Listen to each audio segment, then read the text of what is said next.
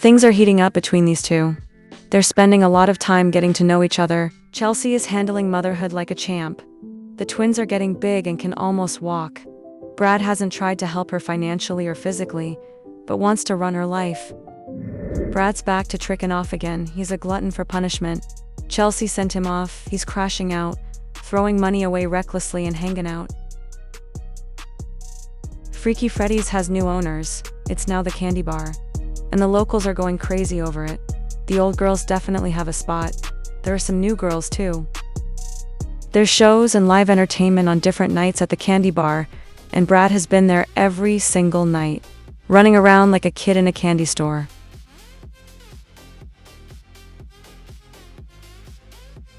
Brad's wife, Catherine, was at the candy bar with her boyfriend, Vaughn.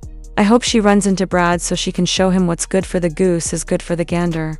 She's over Brad and doesn't care who knows it either.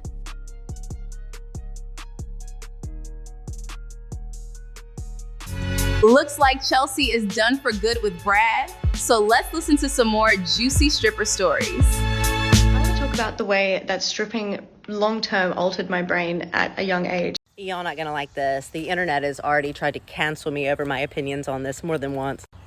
I started dancing in 1999. I was a child. I continued dancing for 16 years, so I think I know a thing or two about it. Here's what it did to me. Working in clubs solidified the notion that my physical beauty is the most valuable thing I possess.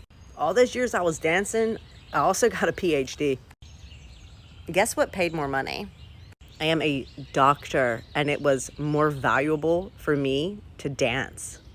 While convincing me that my physical attractiveness was the most important thing in the world, at the same time, it also assured me that I was perpetually frickin' ugly.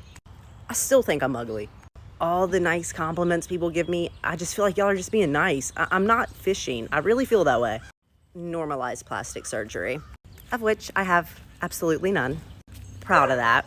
Hot take, it's not actually empowering to have your face sliced up so you can be cute. Working in clubs also made me a boundaryless asshole.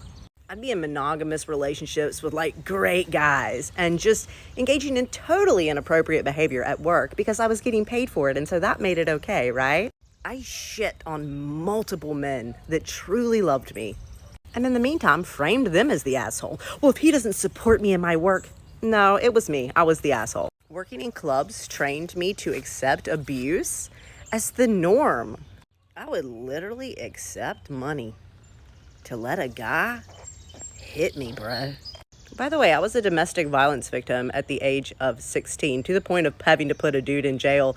So here I was enacting ancient traumas on this stage. Finally, speaking of being a crappy partner, let's talk about intimacy. Intimacy, what's that? I don't know. I don't know what that is.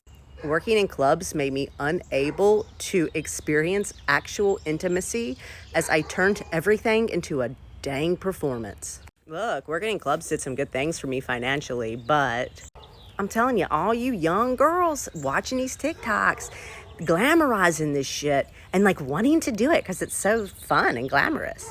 Bro, it's a hard row to hoe. Pun intended.